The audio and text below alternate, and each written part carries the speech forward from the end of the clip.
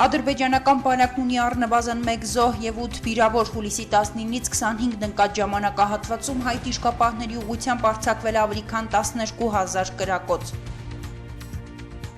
Ադրբեջանական քարոզչամեքենան ստահոդ լուրեր է տարածում սահմանային իրավիճակի մասին։ Պաշտպանության նախարարությունը հորդորում է չտրվել սադրանքներին եւ հիմնվել միայն հայկական կողմի պաշտոնական տեղեկատվության վրա։ Հայկական կողմը կորուստներ չունի։ Ազատության հրապարակում մեկնարկել է պաշտպանություն ազատամարտիկ Վոլոդիա Ավետիսյանի քաղաքացիական նախաձեռնության անդամների նստացույցը։ Պահանջում են անհապաղ ազատ արձակել իրենց մարտական ընկերոջը։ Հուլիսի 27-ին պայքարի նոր մեկնարկ էլեկտրոէներգիայի սակագնի բարձրացման դեմ բողոքող ոտքի Հայաստանի նստացույցին կմիանան նաև հանրապետության տարբեր մարզերից։ Պուտինյան փուլը կավարտվի 2015 թվականի վերջին, ինչքան շատ մնա Պուտինն իշխանության բարձունքում, այնքան ավելի մեծ է Ռուսաստանի փլուզման հնարավորությունը, կարծիք է հայտնել ռուսաստանցի այլախոհ գործարար Միխայել Խոդորկովսկին։ Եմենի Մոխա քաղաքը ռմբակոծվել է, առնվազն 120 խաղաղ բնակիչ է զոհվել։ Թուրքական օդուժը ռմբակոծել է քուրդ զինյալների ճամբարներն Իրաքում։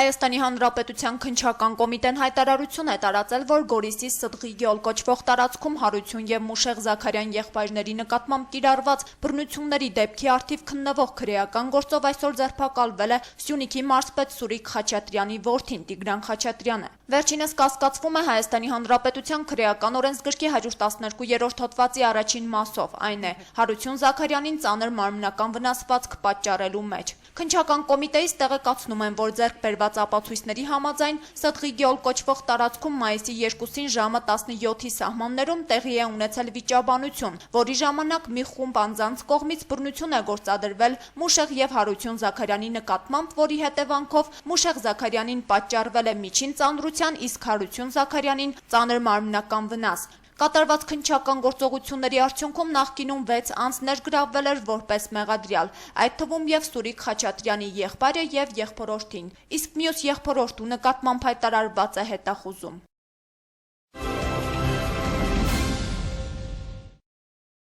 Լարված շաբաթն ամփոփել է Լեռնային Ղարաբաղի Հանրապետության պաշտպանության նախարարության մամուլի ծառայությունը։ Հուլիսի 19-ից 25 ընկած ժամանակահատվածում Ղարաբաղ-ադրբեջանական հակամարտ զորքերի շփման գծում հակառակորդի կողմից հրադադարի պահպանման ռեժիմը խախտվել է շուրջ 900 անգամ, որի ընթացքում տարբեր դրամաչափի հրաձգային զինատեսակներից, ինչպես նաև 60 եւ 82 մմ-անոց ականանետերից եւ տարբեր տիպի նռնականետերից հայ տիշկապահների ուղղությամբ արձակվել է ավելի քան 12000 կրակոց։ Պաշտպանության բանակի առաջապահ զորամասերը համարժեք պատասխան են տվել հակառակորդի նախահարձակ գործողություններին եւ անհրաժեշտ քայլեր ձեռնարկել շփման գծի ողջ երկարությամբ մարտական դիրքերի պահպանությունը հուսալիորեն կազմակերպելու համար։ Շաբաթվա ընթացքում արձանագրված հրադադարի պահպանման ռեժիմի խախտումների արդյունքում պաշտպանության բանակը կորուստ չի ունեցել։ Ադրբեջանական կայքերի փոխանցմամբ ադրբեջանական բանակն ունի առնվազն 1 զոհ եւ 8 վիրավոր։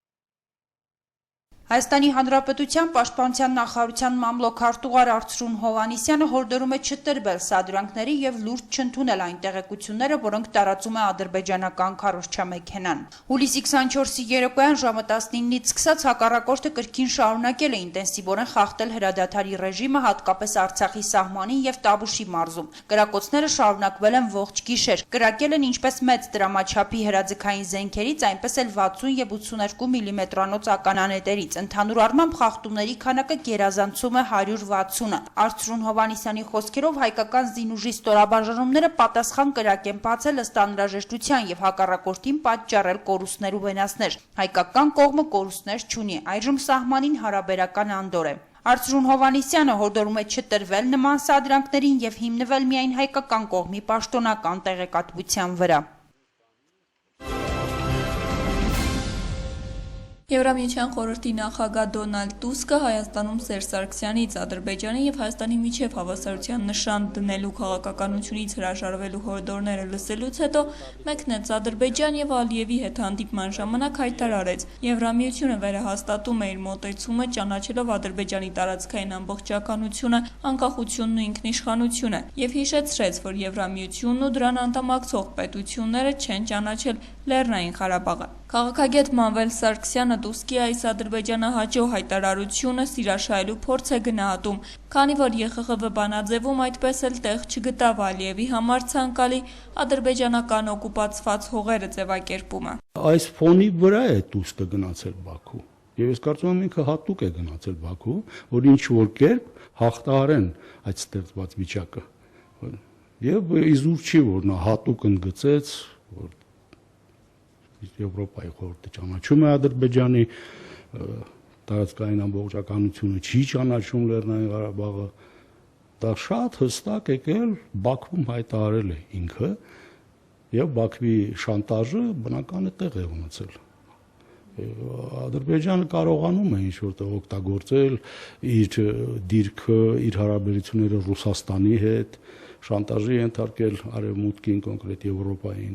որ եթե այդպես է, ընդհանրապես կբարեկամանանք Ռուսաստանի հետ, եւ կարծում եմ ընդհանրապես փորձել են այս վիճակից դուրս գան։ Դոնալդ Տուսկի այս հայտարարությունից եւ Ադրբեջան այցից հետո Հայաստանի Հանրապետության Պաշտպանության նախարարության պաշտոնական հաղորդագրություններից կարող ենք ենթադրել, որ սահմանին լարվածությունն ավելացավ։ Արդյոք սա նշանակում է, որ Եվրոպան կանաչ լույս վառեց Ալիևի համար հարցին քաղաքագետը պատասխանում է։ Երբ որ ակտիվ ինչ որ դիվանագիտական շփումներ են կամ ինչ-որ պրոցեսներ են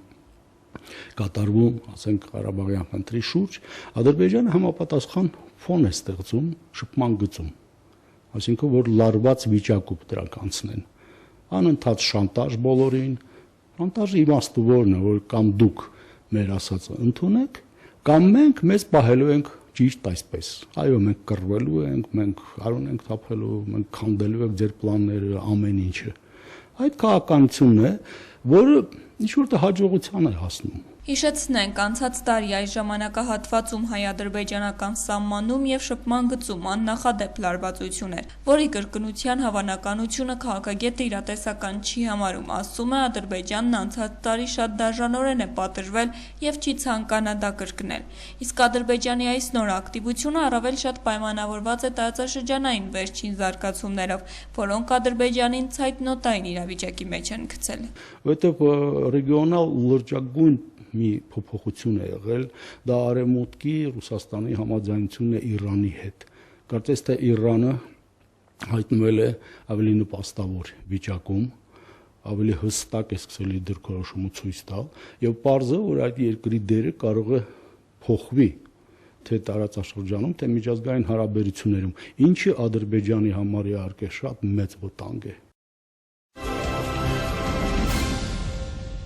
Ազատության հրապարակում մեկնարկել է ի պաշտպանություն ազատամարտիկ Վոլոդի Ավետիսյանի քաղաքացիական նախաձեռնության անդամների նստածույցը։ Պահանջն անփոփոխ է։ Նստածույց հայտարարողները պահանջում են անհապաղ ազատ արձակել իրենց մարտական ընկերոջը, ով հիշեցնենք դատապարտվել էր 6 տարվա ազատազրկման, մեղավոր ճանաչվելով խարդախության եւ խարդախության փորձ կատարելու մեջ։ Նախաձեռնության խմբի անդամներից ազատամարտիկ Գագիկ Սարուխանյանը նշեց, որ նստածույցն անժամկետ է եւ բացի այն, որ պահանջում են Վոլոդի Ավետիսյանի հրաժարականը, ազատամարտիկներն իրենց արժեվ նաեւ խնդիր են համախմբել Արցախյան հերոսամարտի մասնակիցներին, մոբիլիզացնելով ուժերն ըստ Սարուխանյանի հնարավոր կլինի հասնել պահանջի վերջնական կատարմանը։ Նորից վերախմբավորվենք, վերաձևավորվենք,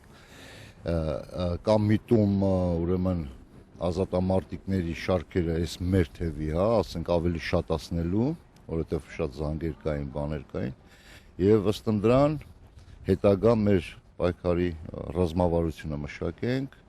ու նոր պայքարը նոր փուլ է մտնում։ Քաղաքական ուժերի աջակցությունից ազատամարտիկները չեն հրաժարվի, սակայն ըստ Գագիկ Սարուխանյանի քաղաքական ուժերն այս օրերին զբաղված են սահմանադրական բարեփոխումների գործընթացով, սակայն միևնույն ժամանակ նշում է, թե մի խնդիրը մյուսին չի խանգարի։ Գագիկ Սարուխանյանը անդրադարձավ նաև այսպես կոչված անկախ հանձնաժողովի վերջին որոշմանը, որով մերժվել է քրեակատարողական հիմնարկի ղեկավարության դիմումը Վոլոդի Ավետիսյանին վաղաժամ պայմանական ազատման առաջարկով։ Ըստ Սարուխանյանի անկախ հանձնաժողովի անդամներից միայն մեկն է ընդամենը մի քանի րոպեով զրուցել Ավետիսյանի հետ տվել կազմել երկուարց, որից հետո որոշում կայացել նրան ազատ չարձակել։ Երբ որ հանձնաժողով բառը հնչում է միտեղ, չէ, պետքա որ այդտեղ գոնե այդտեղ ավելի մեծ թափանցիկություն լինի, չէ, այսինքն ավելի մեծ մեկնաբանության, այսինքն խնդիր։ Այլ բան է, եթե դա լինի ուղղակի ադմինիստրացիայի որոշում, որ ասես լավ, դե սրանք աշխատում են իրանց, բայց հանձնաժողովը ինչն է, ոչ մի բացատրություն։ Այսինքն կոնկրետ Վալոդյայի հարցով միգուցե կային որոշ ասես լավատես մարդիկ, ովքեր հավատում են, հա դե բան չի արել, ոնց էլի հեսա բաց կթողե։ Այդ լավատեսները նաև ասում են, դե բան չի արել, պետքա չդատեն, հա։ Ախր բան չի արել, այդքան չգիտան։ Այսինքն այդ լավատեսությունը մնում է լավատեսություն, բայց իշխանությունները իրանց տարերքի մեջ են։ Ես միշտ էլ ասել եմ, որ մենք ապրում ենք այս պահին Հայաստանում իրավական տերորի ներքո։ Նշենք, որ այսօր առավոտից մեկնարկած նստածույցին ազատամարտիկներից 3 հոգի էր մասնակցում։ Գագիկ Սարոխանյանը նշեց, թե քաղաքացիական նախաձեռնությունը հերթափոխով կիրականացնի նստածույցը։ Ազատամարտիկները նստածույցը կանցկացնեն առավոտից մինչև երեկո։ Գիշերներն ազատության հրապարակում չեն մնա։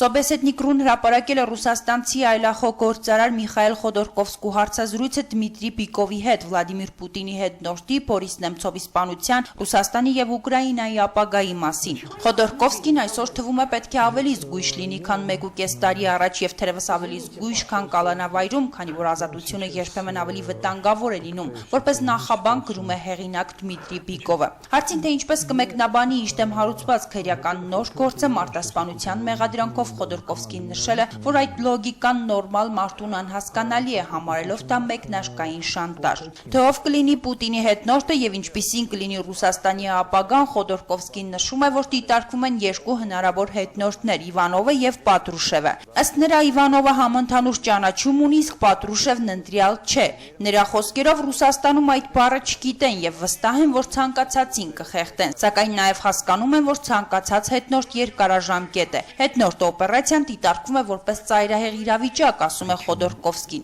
Ենթադրում է, որ Պուտինն ընտրությունների կգնա եւ կհաղթի, քանի որ ցանկացած այլ տարբերակ նրանց պատկերացման փղի է տրիբունալով կամ ռուսաստանյան կամ միջազգային, նշում է գործարարը։ Պուտինյան փուլը Խոդորկովսկու կարծիքով ավարտվում է 2015 թվականի վերջին, թեև փուլի ավարտը չի կարծում, որ ենթադրում է անհապաղ հեռացում։ Դա կարտահայտվի նրանով, որ Պուտինին կդադարեն ներել, իսկ պահանջները կաճ են, կտարածվեն հեղեղի պես։ Ավելին գտնում է, որ ինչքան շատ մնա Պուտինն իշխանության արդյունքում, այնքան ավելի մեծ է Ռուսաստանի փլուզման հնարավորությունը, քանի որ բոլոր խնդիրներն առաջ են գալիս եւ ոչ մեկը չի լուծվում։ Խոդորկովսկին նաև հայտարարել է, որ ինքը գիտի, թե ով է սպանել ընդդիմադիր գործիչ Բորիս Նեմցովին, թե որն էր պատճառը Նեմցովին սպանելու։ Խոդորկովսկին չի բացառում, որ նրա չեզոքացման որոշումն ընդունել են ինչ-որ ուժայիններ, ովքեր հուշել են կադիրովցիներին ակնարկով, որ նրանցից դժգոհ են, քանի որ շատ բան են իրենց թույլ տալիս, իսկ այս դեպքում նրանց արածն առաջին դեմքին դուր կգա։ Թեև Խոդորկովսկին նաև հավելում է, որ ինչքանով ինքը տեղյակ է,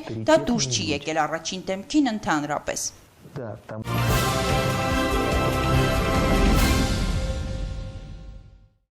Եմենի հարավ-արևմուտքում Մոխա քաղաքում առնվազն 120 խաղաղ բնակիչ է զոհվել, շուրջ 150-ը վիրավորվել են արաբական երկրների կոալիցիայի օդուժի ռմբակոծությունների հետևանքով։ Սաուդյան Արաբիայի գլխավորած կոալիցիոն ուժերի օդանավերը ռմբակոծել եւ ավերել են քաղաքի բնակելի տների մեծ մասը։ Ռմբակոծությունից հետո հրդեհներ են բռնկվել, զոհերի մեջ շատ են երեխաները եւ տարեցները։ Եմենում շարունակվում է շիական Անսար Ալլահ շարժման եւ նրանց կողմից գահընկեց արված նախկին նախագահ Աբդ Ռաբու Հադիին հավատարիմ զինյալների հակամարտությունը։ Արաբական երկրների կոալիցիան աջակցում է Հադիին եւ մարտի 26-ից օդային հարվածներ է հասցնում Եմենի տարբեր շրջաններում։ Այդ ընթացքում զոհվել է շուրջ 1670 խաղաղ բնակիչ։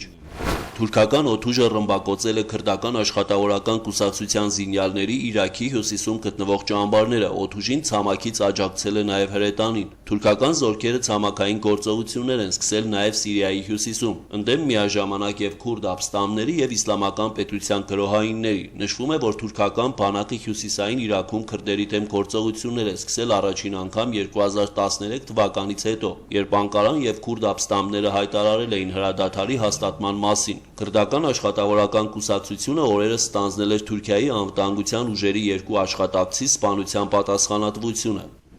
Իսլամական պետություն ահաբեկչական խմբավորման գրոհայիններն ու նրանց համախոհները սպառնացել են Թուրքիայի տարածքում նոր ահաբեկչություններ իրականացնել։ Նախազգուշացումը տարածվել է, երբ հայտնի է դարձել, որ թուրքական կործանիչները ռմբակոծել են իսլամական պետության դիրքերը Սիրիայում։ Ավելի վաղ հաղորդվել էր, որ Թուրքիայի իշխանությունները երկրում առկա ավիաբազաները տրամադրել են Միացյալ Նահանգներին եւ դաշնակից պետություններին իսլամական պետության դիրքերը ռմբակոծելու համար։ Հիշեցնենք, որ օրեր առաջ թուրքական Սուրուջ քաղաքում կին մահապարտի մասնակցությամբ ահաբեկչություն էր տեղի ունեցել, ինչի հետևանքով զոհվել էր 30 մարդ։ Միացյալ Նահանգների նախագահ Բարակ Օբաման մեկնել է Քենիա իր հոր ծննդավայր։ Դա Օբամայի առաջին այցն է այդ երկիր նախագահ ընտրվելուց հետո։ Միացյալ Նահանգների նախագահը կմասնակցի Նայրոբիում անցկացվող համաժողովին, որը նվիրված է Աֆրիկայում գործարարության զարգացման խնդիրներին։ Բացի բիզնեսին եւ ներդրումներին առնչվող խնդիրներից, համաժողովի ընթացքում քննարկվելու են նաեւ ահաբեկչության դեմ պայքարին եւ անվտանգությանը վերաբերող հարցեր։ Օբամայի Քենիա կատարած այցը դիտարկվում է նաեւ որպես վերադարձ արմատներին։ Միացյալ Նահանգների նախագահը ժամանակ է անցկացրել իր քենիացի ազգականների հետ Կոգելո գյուղում,